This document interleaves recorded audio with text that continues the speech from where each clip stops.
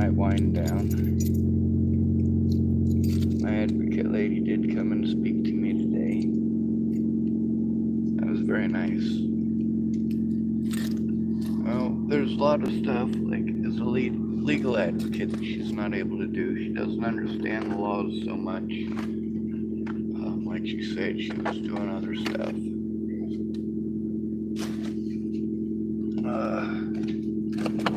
Her expertise is in the HR department.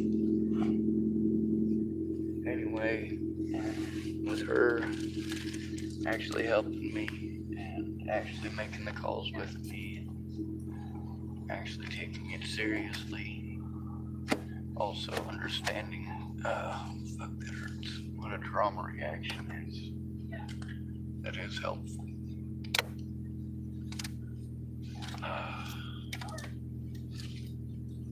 A lot of folks will never pretend, like when I have a panic attack, that I'm an evil person. Many people who have panic attacks themselves pretend I'm an evil person. Or, when they have one, they expect me to understand. Well, I absolutely do. I just don't understand how they don't make the connection.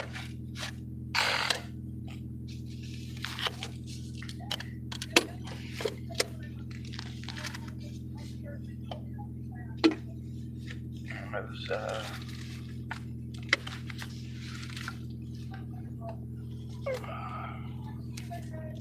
talking to Jared Scudder.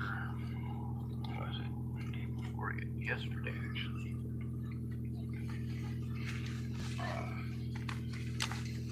I do like him. Alright, I made room so that I can back out. Everybody sees me backing out. I don't see anybody through my mirrors. Now, there was, Mr. Scudder. Jared Scudder's dead. Oh, looks like he's still here, actually. He was waiting outside. My car sticks out like a sore thumb. He was waiting outside of the McDonald's here. I got done at McDonald's. Stared at me real funny like. So when I got to my car, I had to dig some stuff out, including try to find my telephone. What the hell is that sound? I hope nobody was fucking with my car, but I never know. That dragon, whatever that sound is, might be my doing. It might be somebody else fucking with it. Who knows?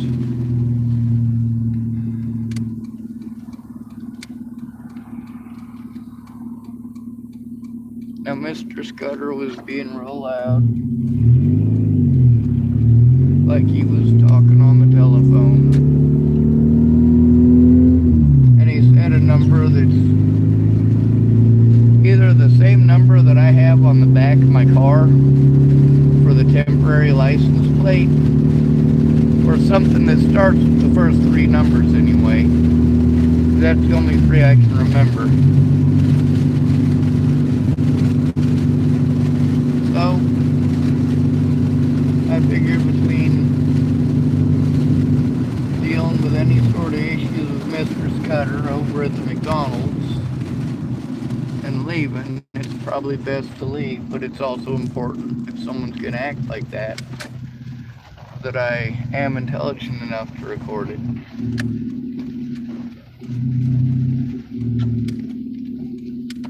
I don't get to record every single moment of every single day. It'd be nice if I could. Oh, I was hoping that was Dallas.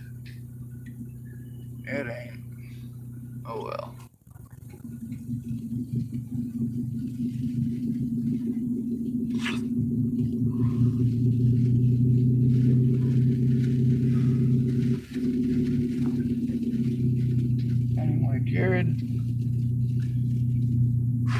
Jared and I don't have a problem. He understands my frustration and my anger. His diet, on the other hand, does not.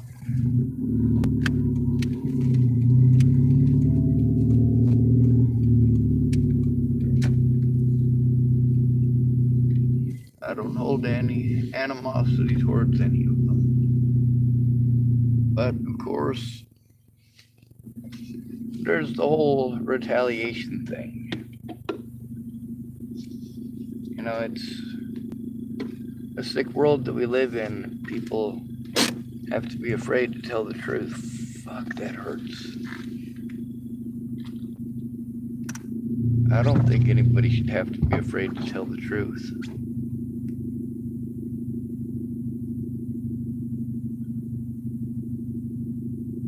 A lot of people wanted to tell me things that they didn't come forward to the public with. Now be prepared, there's going to be a loud beep.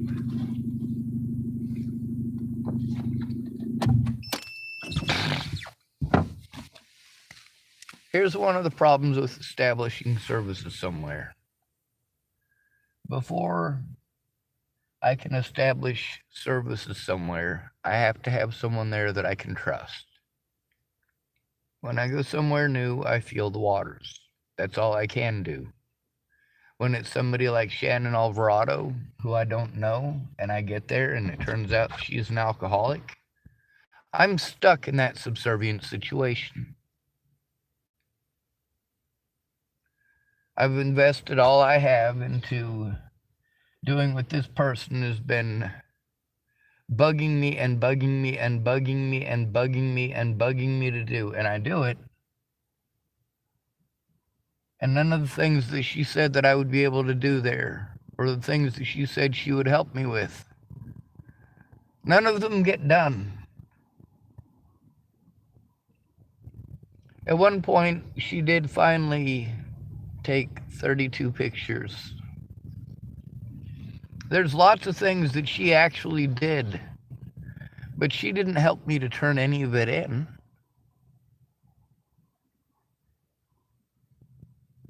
When I tried to turn in Kara Johnson Miles,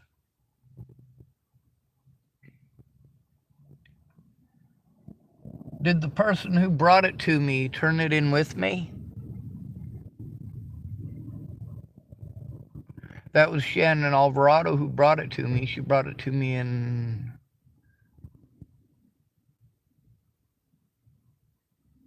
March or May. I think May. Yeah, because Ted Bollinger and his daughter Alicia Bollinger were fucking with me at my grandma's funeral. They weren't literally there. They were using the internet to fuck with me. For like 7 hours, Ted Bollinger was on Alicia's account. Ding, ding, ding, ding, ding. Kept me up all fucking night. Resulted in me calling the cops. Now, between Laura Nelson, who knew a fucking shit ton about what was going on, and Graham Milbourne, who didn't know shit. Graham Milbourne was the one who spoke up. Laura Nelson has a son who's autistic.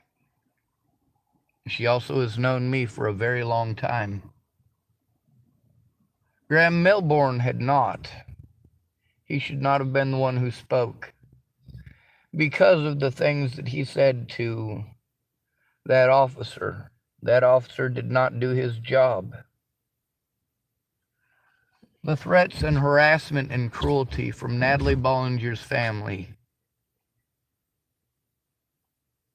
it all started with them.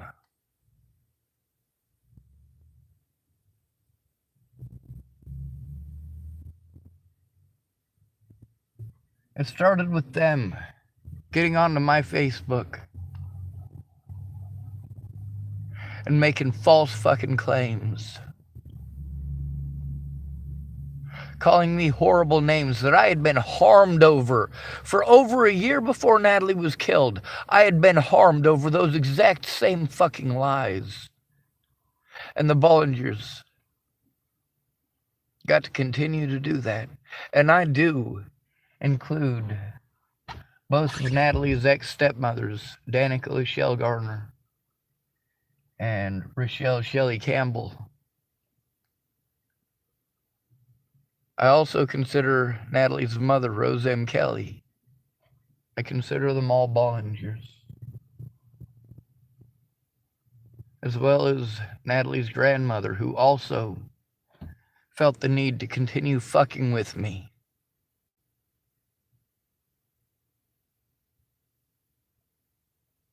I don't get left alone because of this slander. I've been harmed repeatedly over this slander since well before Natalie was killed.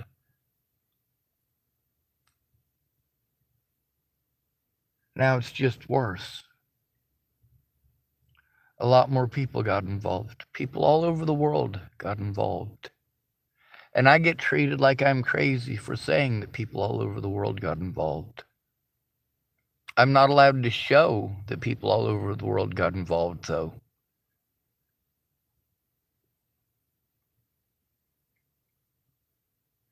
You know what they call that? Framing. If you're gonna make me do desperate shit to protect my family, I will do desperate shit to protect my family.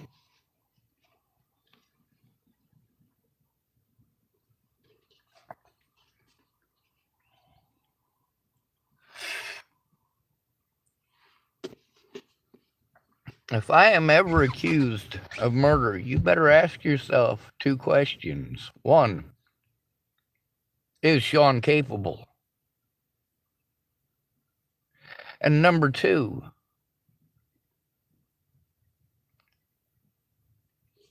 if Sean is capable, who is that person trying to kill?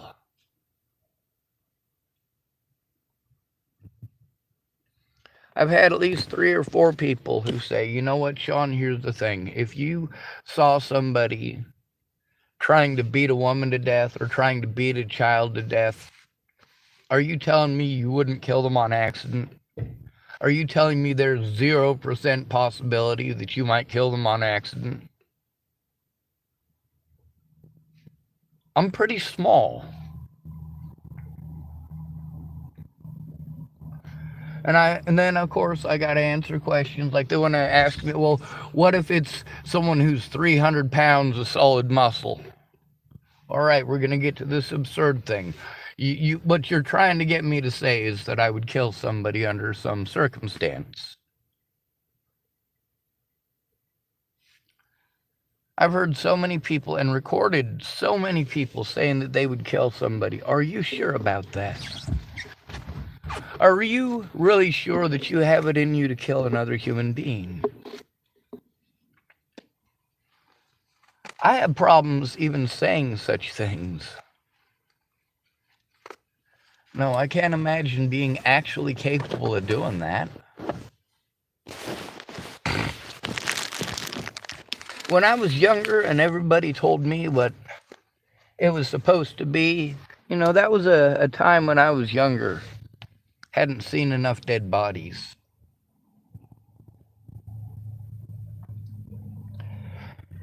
Now I see killing people as entirely useless.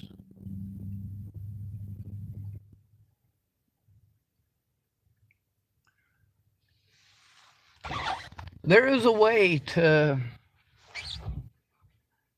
actually change things without killing people. What I'm trying to impress upon you as far as all this killing that's going on is that you're not killing nearly enough people for that to matter. You're killing just enough people, and the wrong people, to take away our right to defend ourselves against tyrants.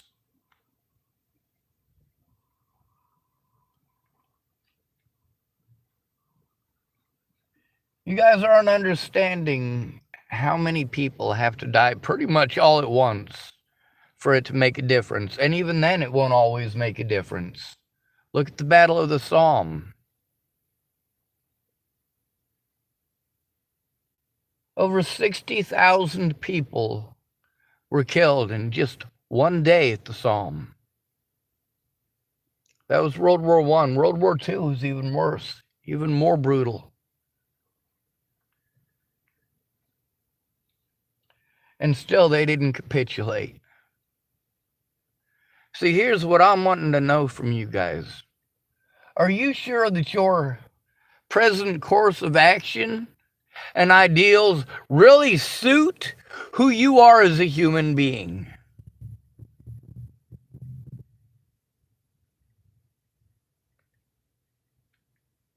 Do you really want to be a soldier?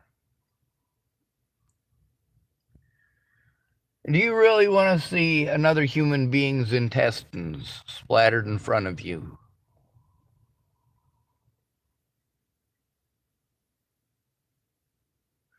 Do you really want to clean up the bloated and days-old blackened bodies of battle? Limbs and heads missing, or half a head missing. Is that really what you want to see? Is that really what you want to idolize? Is that truly what you want to emulate?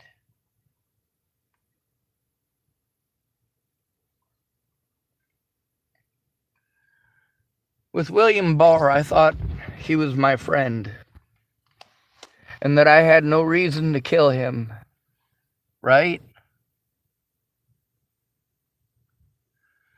But here's the thing, he told me that he's killed people. Now, when you back somebody into a corner, that's when you find out what they're really made of, what they're really capable of. Even with William Barr telling me that he had killed people, I would rather die than hurt him or his family. Physically, anyway. Legally, he fucked up. And it sucks that his family is going to have to face that shame. And it sucks that William Barr is going to have to spend some time behind bars.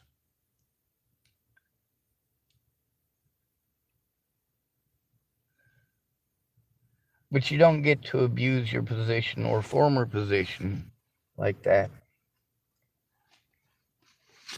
and not have your victim speak up, unless that victim is, of course, a coward.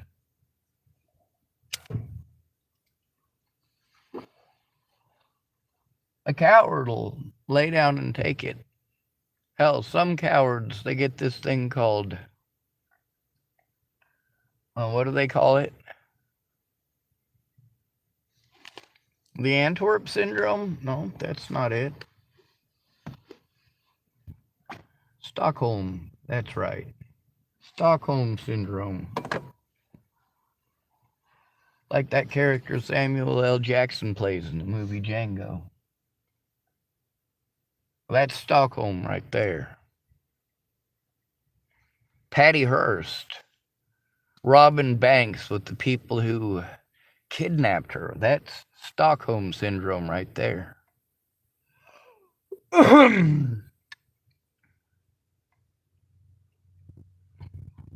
Or that standoff in Peru where the rebels, when they were tired, were taking shifts with some of the people they took hostage. That one was amusing. And here's a hostage standing post at the window with an AK-47. I'm like, are you fucking kidding me?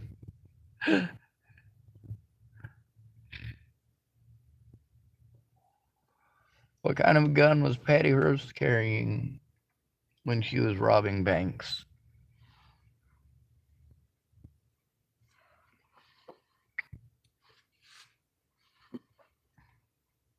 Should have changed her name to Patty Heist.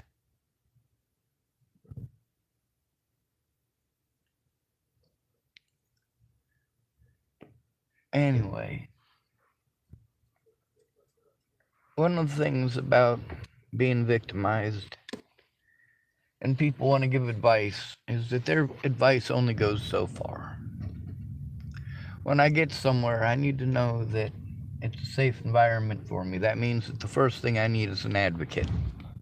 Before anything else, I need an advocate when I get there. Someone that I can call who is a friend or family member, because a friend or family member doesn't have a jurisdiction. They can call from anywhere. Justin McElroy typed preach it brother at 9:23, and at 9:28 he typed good night sir. Good night, Justin McElroy. I started this YouTube channel because of how specifically disabled people who are not schizophrenic or delusional don't have any interest in having a Waco estate where they can murder people from. Well, here's the thing about the Branch Davidians at Waco. First of all, it is okay to be paranoid of your government, and that is why we have the Second Amendment. So it is okay to arm yourself and to prepare for tyrants to come try to take your rights away by force. That is absolutely acceptable.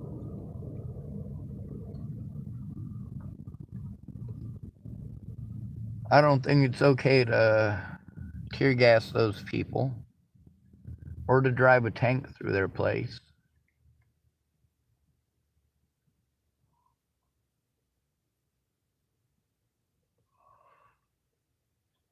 It's a system of checks and balances. And that system of checks and balances was created at a time where a man and his rifle did make the difference. Now it is absolutely money and power that makes the difference. Popularity, propaganda. Hell, the 13th Amendment, the very same amendment that supposedly freed the slaves in the South, made all poor people slaves across the nation. The laws passed in the South, since they weren't allowed to specifically target black people as slaves, well, these slaves, former slaves, being forced into homelessness, you could do something to force them into a state of, well, being stuck in poverty, being stuck homeless. And then you just pass a bunch of laws that make every aspect of living homeless illegal. You make laws in the public parks, the national forests, the city land. Of course, you've got private ownership of the land, and we've got less and less Americans owning land, and more rich people owning mass quantities. There needs to be a cap put there. There is a wage cap in many professional sports for a reason. Y'all hate that in video games, don't you? You get a free-to-play game, and then you are pissed off that somebody bought a DLC ship, so they must be play to win. No. Many of them bought that game before it was free to play.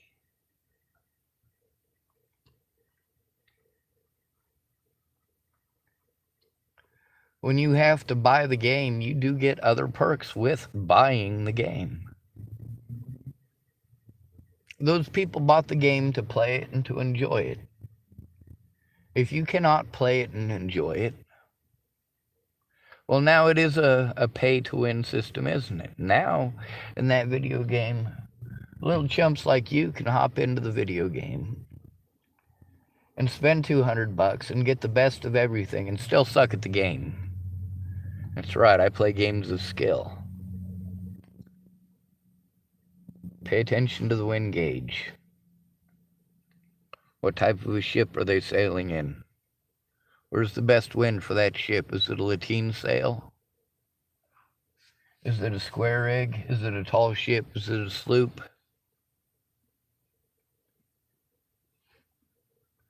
Are you in a ship of the line? Is it made of oak fir? Or is it made of mahogany? Or did you decide to go heavy and make it a teak ship? I don't recommend making it out of teak. Teak sinks. It's a heavy wood. A very dense wood.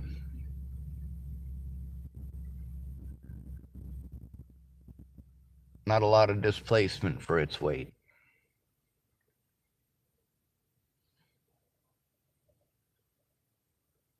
When it comes to the other Mr. Scudder, I like him too. He can be as angry as he wants, just like Scott can be as angry as he wants. That's not going to make me hate them.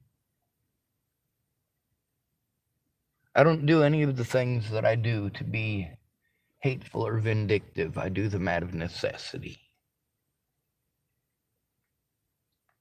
And they are necessary. Because many of the things that you take for granted, you believe that everybody gets those things. You can understand from somebody else's point of view if you listen to understand. But are you? Do you?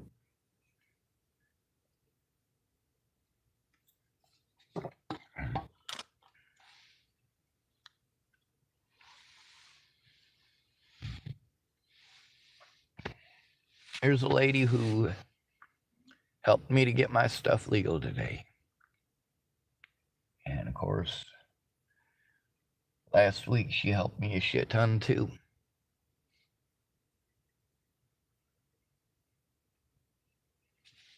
She does make me feel like I matter.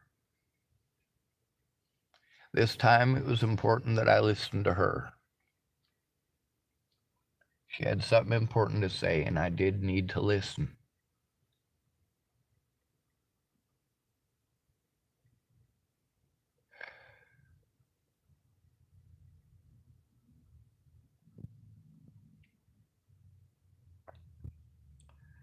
Now, the lady that we need to call and talk to, I don't know when that'll be. That's all depending on other people's scheduling, of course. And if somebody is busy or somebody is sick, then I have to understand that, and I have to wait and be patient. The problem that I have with patience is, how long do you want me to be patient? How long are you going to expect me to be patient? If you say you're going to do something, are you going to? Or are you going to intentionally make it worse?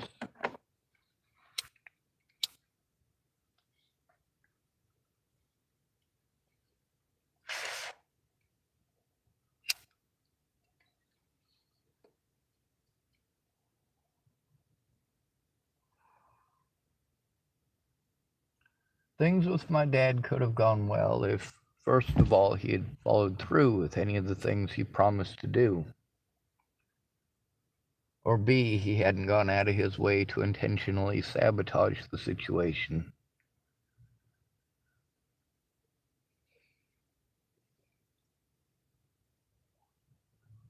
There are long-lasting effects due to the things that my dad chose to do. Why did he choose to do those things?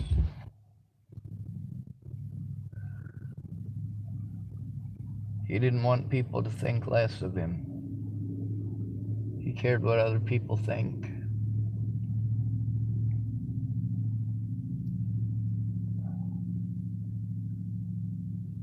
Well, that's on him. I care what other people think too, because that's what gets my friends and family killed.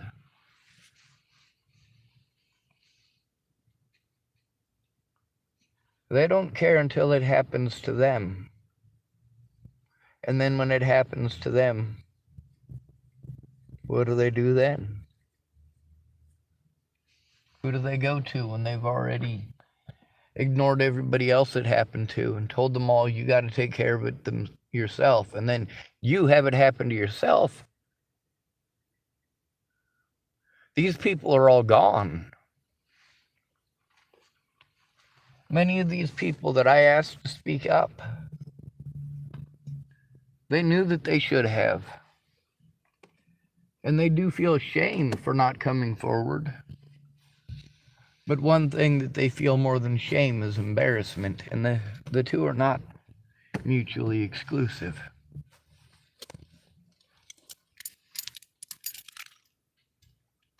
Shame and embarrassment are different.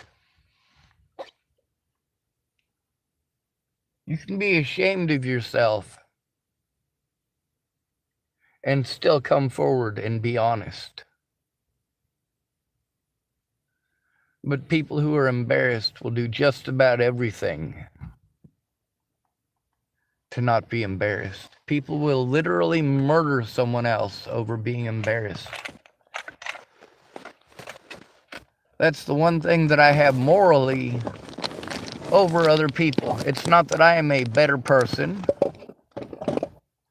or that I have a better set of morals, because that all comes down to a matter of opinion. But I don't get embarrassed. Ever.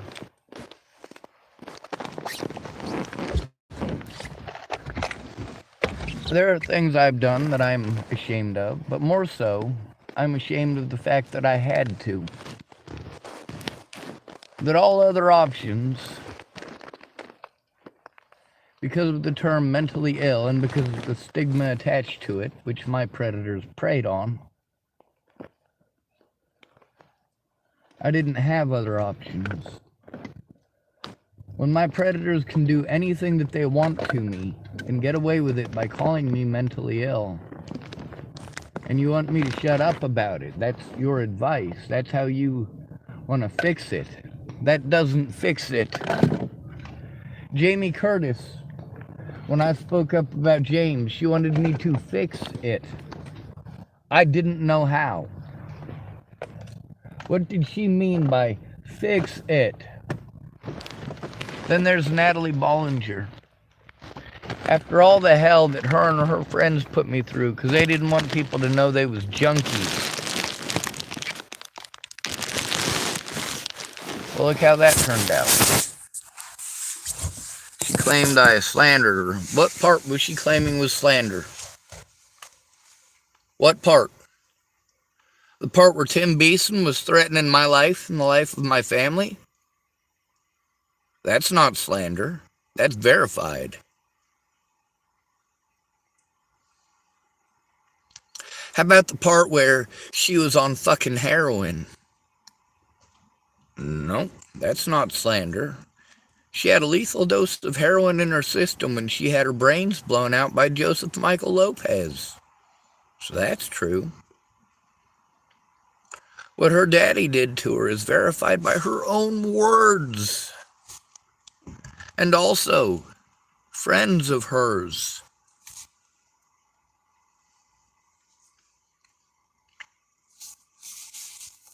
The things that I said about Rose M. Kelly, verified by Rose's own words. The things that I said about Danica Garner, verified by her own words.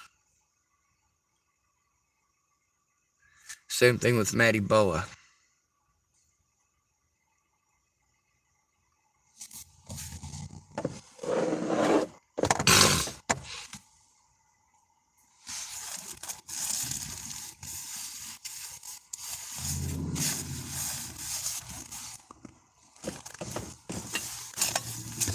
The evidence that should have been looked at by police wasn't. Not because I didn't try to get them to look. I absolutely did. It's because without a friend or family member there,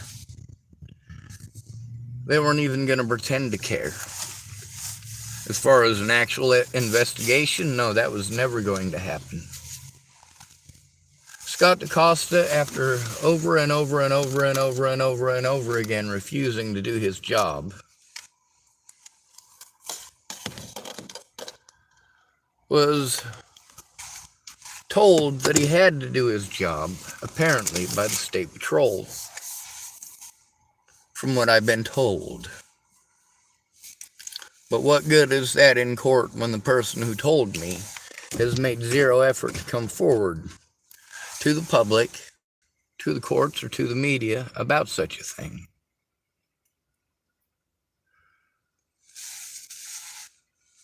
With Wendell McPhee and him telling me about Sandy Fromm trying to hire some guy up the street named Tim to kill me. Yeah, that legit came out of his mouth, and that recording is somewhere. Now, you notice there's a lot of people who, I told you they said certain things, but it wasn't recorded on my YouTube channel. And then they wanted to call me a liar and claim that I slandered their name, and just like with Natalie Bollinger, I did the same thing. I went back, found her words, and I posted them up on the internet for everyone to see. These are your words. You want to claim I slandered your name? These are your words. Your words. They came out of your mouth. They were typed by your hand.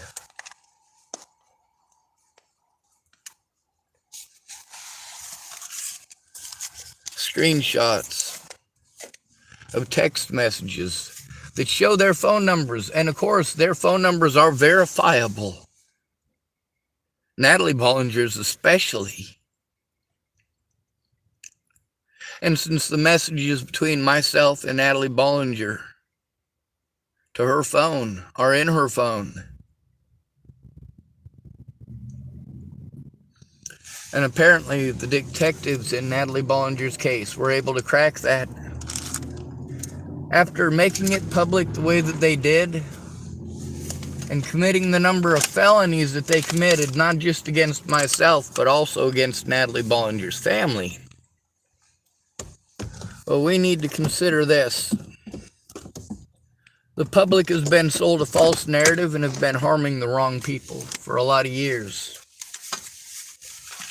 The wrong people have been taking the blame. The victims of Ted Bollinger. That's not just me. That's also Danica Garner, and Rochelle Shelley Campbell, and Rose M. Kelly, and Alicia Bollinger. Natalie Bollinger was raped by her own dad. He pimped her out to pay part of his drug debt. And I'm out here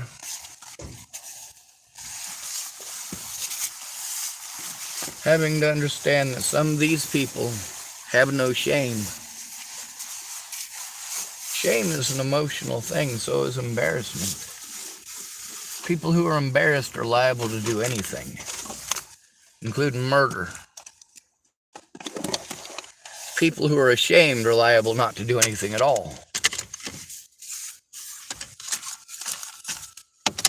People who are ashamed are the kind of people who think about others and think about consequences.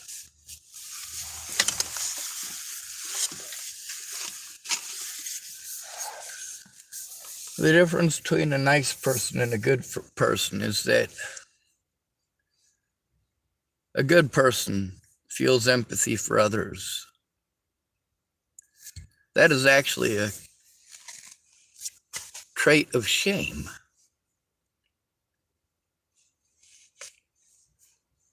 Do you understand that? You understand how shameful it is that human beings on this big, huge planet should be forced to live in the conditions that we live in and give so much of our lives up for jack shit.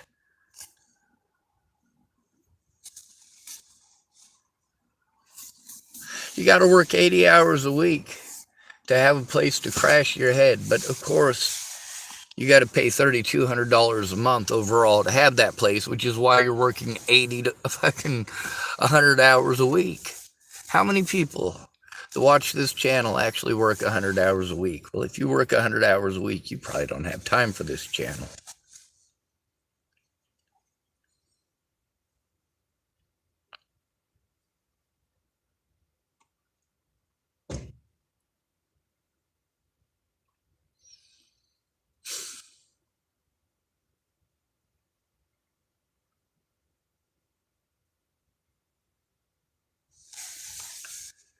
Anyway, I need to learn how to make tamales. They're delicious. I know that's completely off topic and seems completely out there, but man, I gotta tell you, I really like tamales. I'm not talking about hot tamales, the candy. I'm talking about tamales, like the actual dish. I've been craving tamales for months. Anyway, I should probably keep on recording for my own safety. I don't know if Mr. Scudder was trying to call in something, or if he was just being extra loud to be an asshole.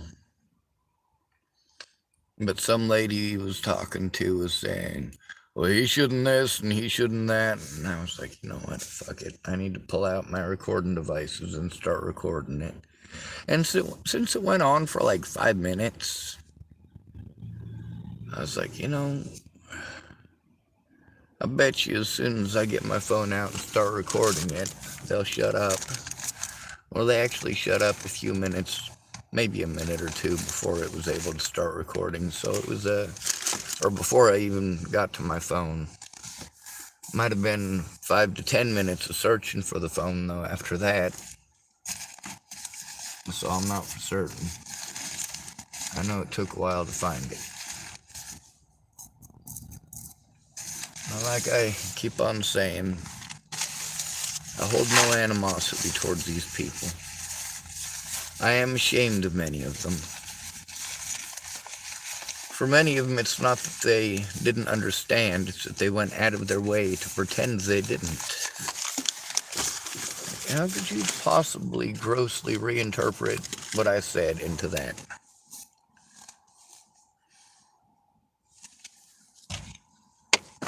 Just complete absurdity. See if that person's parked over there anymore. Nope. Alright, I can repark. I try to park closer to the other end of the parking lot. That way I'm kind of away from the businesses and they don't feel like they need to bug me.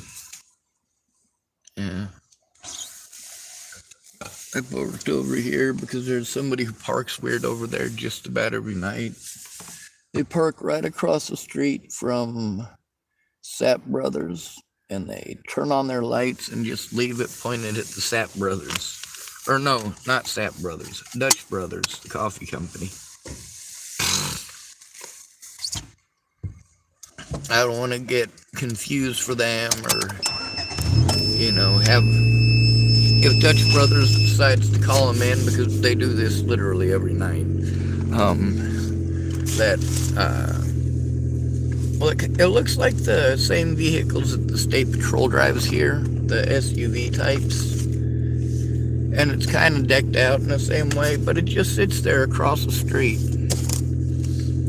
And the parking spaces here are diagonal, but this guy parks wrong ways across the diagonal so that he can literally point his vehicle literally right at the Dutch Brothers Coffee Company window. And I don't know if he turns on his high beams or what. I don't know if that's some gimmick because there's something wrong with their sign over there, or they want to light it up more and they figure if they light it up from across the street they'll make more money and get more business, or what. It doesn't seem like the police have come to mess with the person who does it. I don't know for what purpose they're doing it. It might be to help the company out. It might also be something that the people over at the Dutch Brothers Coffee Company don't want happening. Somebody, maybe a former employee or somebody like that, who keeps parking across the street and turning their lights on to be annoying assholes. It's a possibility. I don't know. But I do know if it's the second one, if it's somebody being an asshole.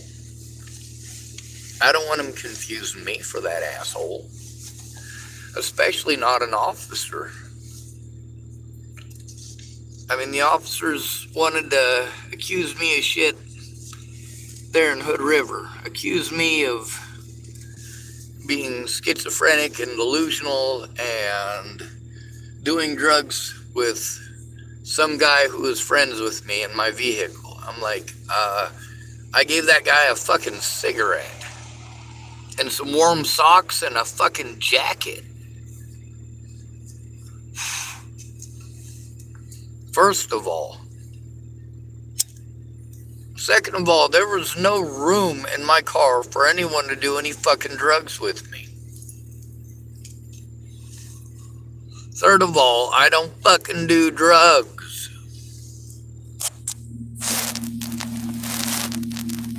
But that ended up being another issue there.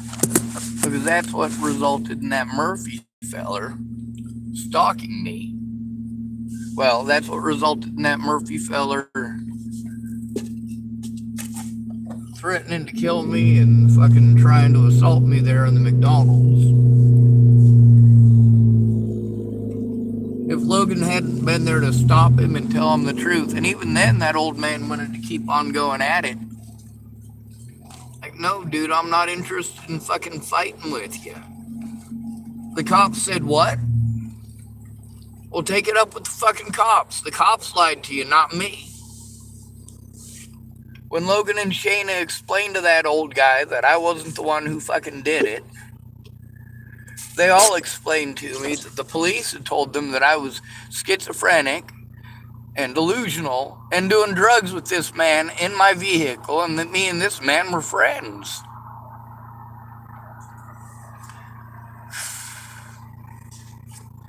That shit just ain't okay. And look at what that turned into. That sick old man proceeded to be a sick old man to Logan and Shayna, and proceeded to, because of his embarrassment, make my life hell. People who feel shame, they see things wrong in society. And it does make them feel ashamed of being a part of this society. People who get embarrassed, well, they're a different lot altogether. These are your selfish people. These are people who see somebody who's down on their luck, as they say. Somebody who's got nothing. Somebody who is maybe something as fucked up as being born ugly, or having a physical disability that makes it so that they aren't as tall as most and they end up more round than most.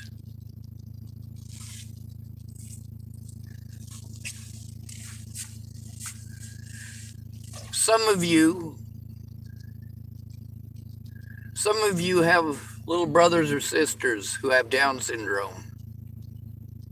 And you are ashamed of the world treating them the way that they're treated. You are ashamed of the way that the world treats your brother and sister for having Down syndrome. But there are also brothers and sisters of children who have Down syndrome who are embarrassed that their brother or sister has Down syndrome, that they're related to somebody with Down syndrome, that they're picked on about having a sibling with Down syndrome.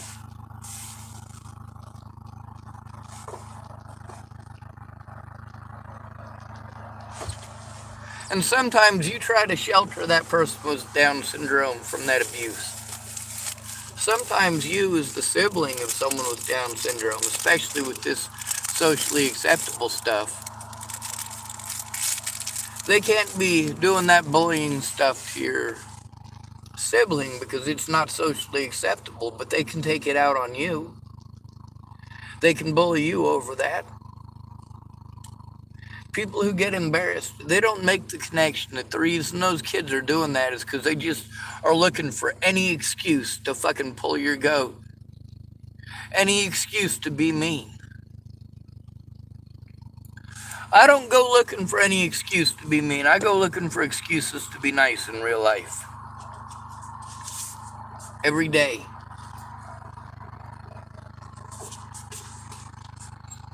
Being nice to people doesn't mean that you should be walked over. And that's one of the things that denotes the difference between how men and women are treated in this country. How you victim shame them. When a man is victimized, you tell him he shouldn't have been there. Instead of helping him to turn in the crime that happened to him, you tell him he shouldn't have been there. What a friend you are. This is going to be loud. Alright, it's not as loud as I thought it was going to be. We got lucky.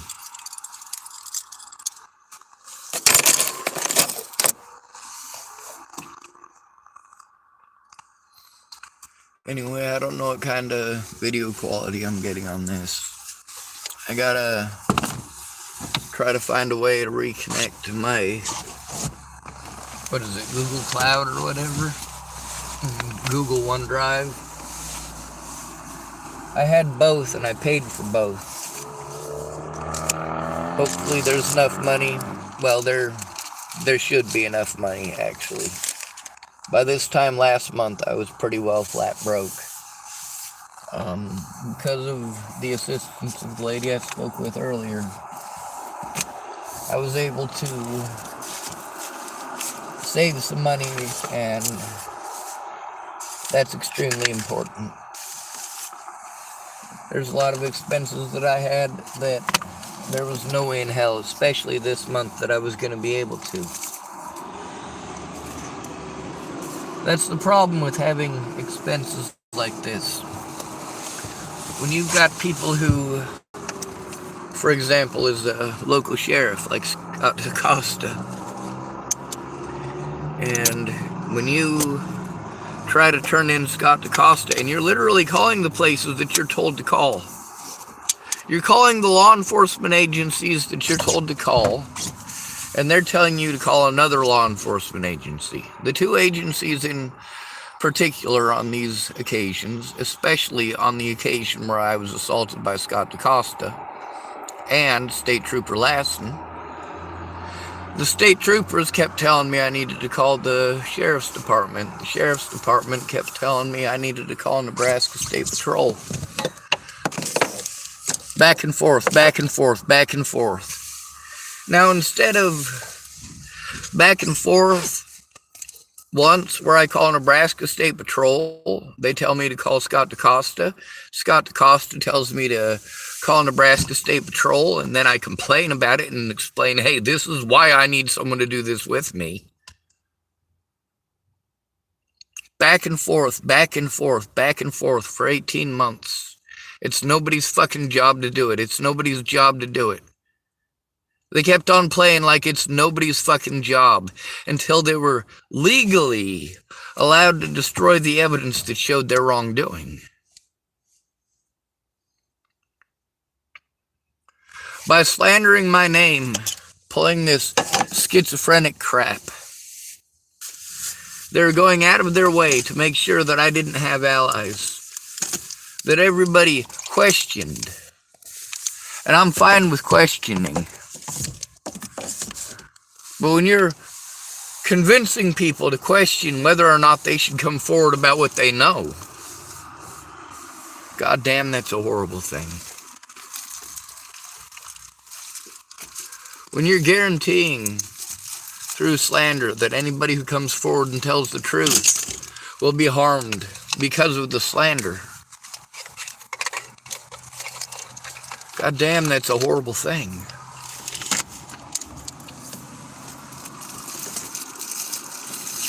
When people threaten to kill me, and you want to tell me about the power of God, and then I show you that many of these people who are threatening to kill me were Christians, and you want to tell me I need to give it to God.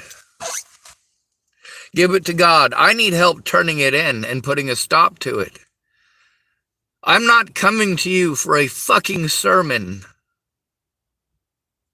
I'm coming to you 100% of the time, so that I can safely turn in evidence without being retaliated against for doing so, without people getting to pretend that my evidence doesn't exist by calling me mentally ill.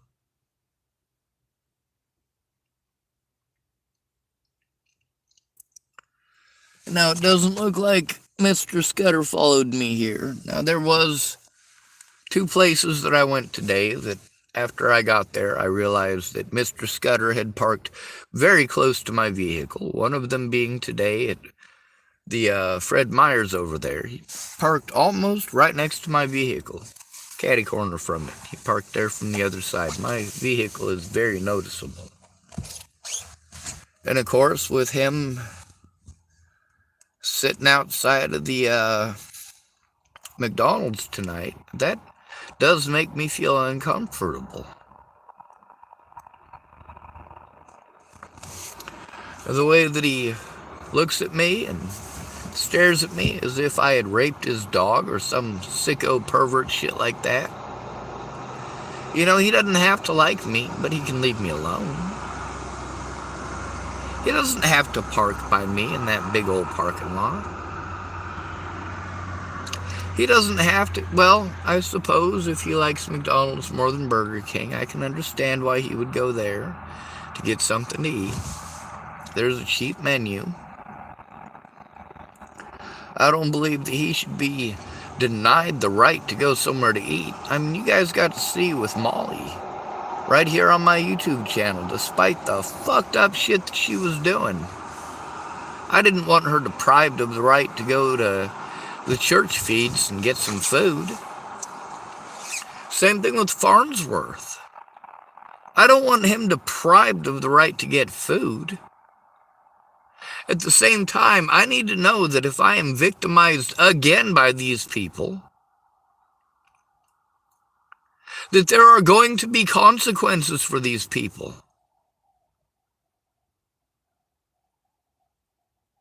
That it's going to be stated loud and clear that they don't get to just continually over and over and over again do these things to me.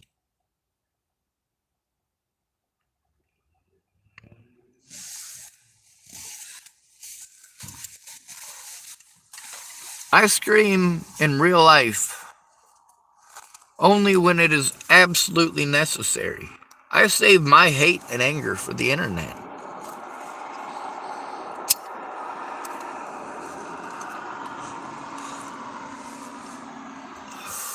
Alright, I save my meanness for the internet.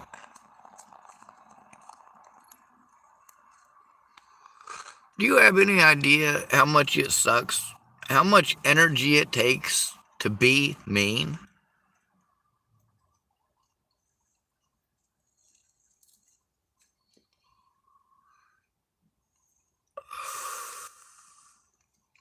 It's unfortunate that meanness is the only thing that is heard. Now, between if I threatened to kill you, and if Ted Bollinger threatened to kill you, Ted Bollinger is a drug addict.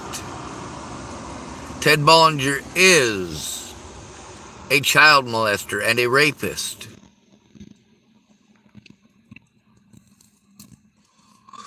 Ted Bollinger, even being a felon, which I am not.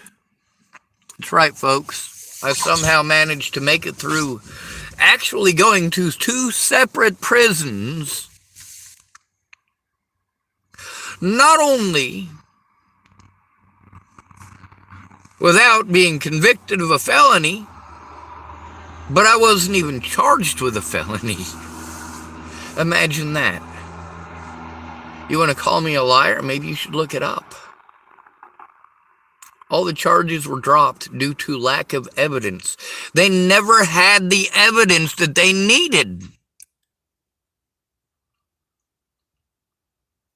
And the prosecutor, Mr. Starkey, knew it.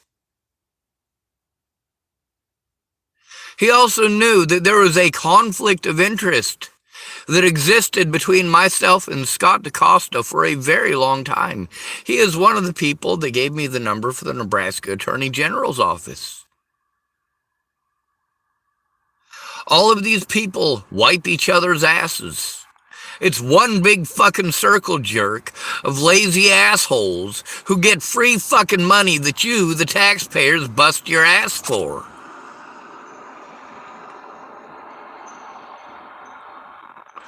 Well, they're taking away your kids because you don't have the money to buy food and to pay the roof over your head and to pay the gas to get to work and the child care because you have to work multiple jobs and still pay your child's insurance.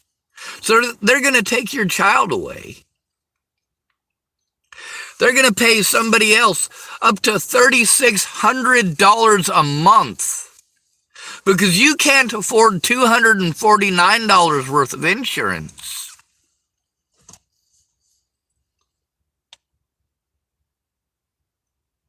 Because of a bracket that was made 10 years ago and doesn't count none of this inflation crap. And if they do, it's probably going to increase how much it's costing you, not decrease it. Fuck. No fun at all.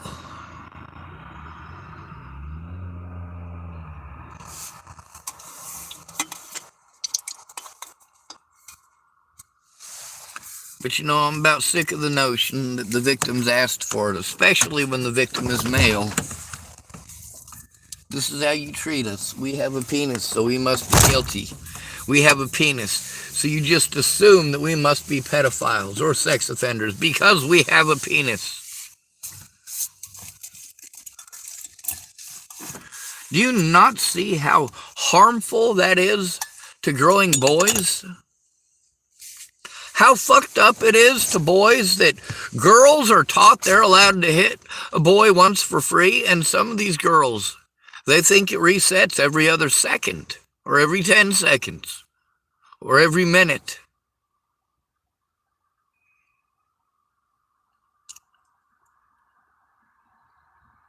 Let me ask any of you guys watching this channel. I know many of you guys ended up with domestic violence charges because you pushed your wife. How many times did she hit you before you pushed her? That's question number one. How many times did she hit you before you pushed her away from you? That's question number one. Question number two, was she ever charged with anything?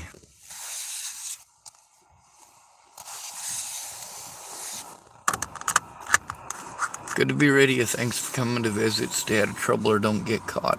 Remember, you are your brother's keeper and no victim left behind. I got my phone handy, so if somebody decides to have a big old long loud conversation like that, I'll have it recorded.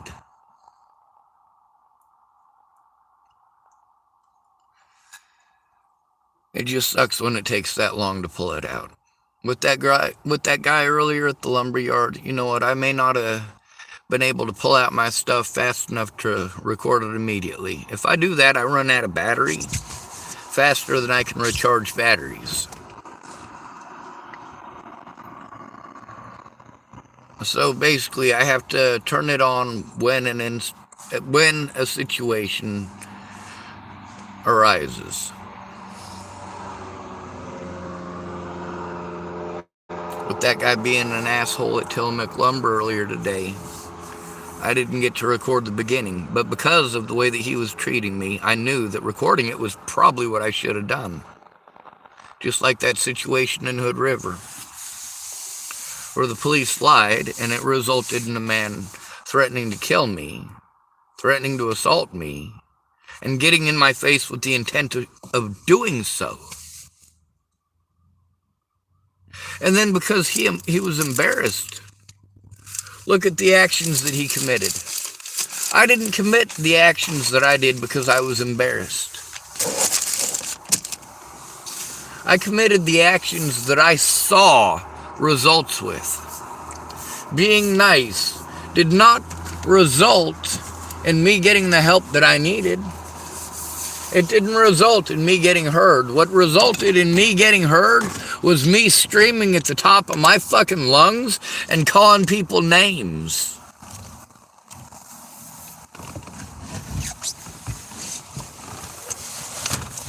After over a year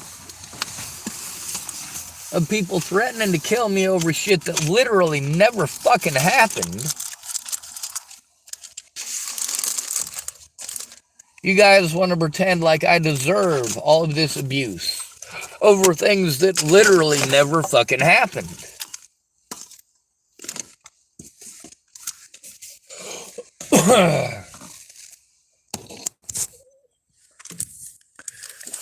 Good to be rid of you. Thanks for coming to visit. Stay out of trouble or don't get caught. Remember, you are your brother's keeper and your sister's. No victim left behind. Not even if they're a disabled homeless male.